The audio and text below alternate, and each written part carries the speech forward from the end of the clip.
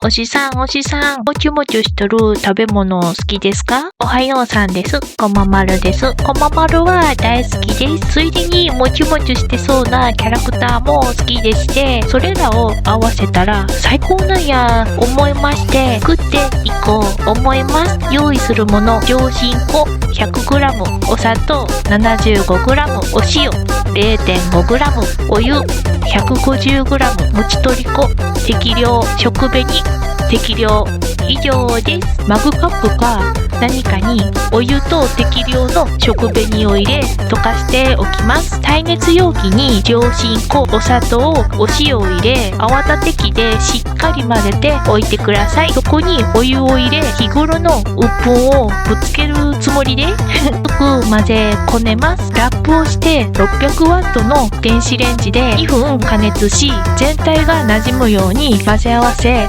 作りたいキャラクターの色の数分それぞれ食紅で色付けます。色ついたものからラップに包んで再度600ワットの電子レンジで2分加熱し、手で触れるくらいになったらこね透明感が出てくるまでよくこねます。ラップまたはクッキングシートの上に置き、切った時のことを考えながら形を成形し置いていきます。好きな形に整えたらラップにもちとり粉をまぶし粗熱を取ってから冷蔵庫で1時間ほど冷やし出来上がりです。包丁でよく切れない時は糸で切ってみてくださいね。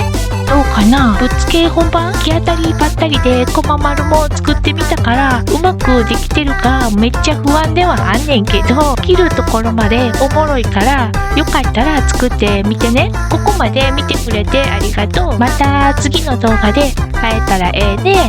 じゃあまたね。こままるでした。おいしいお上がり。はあ楽しかった。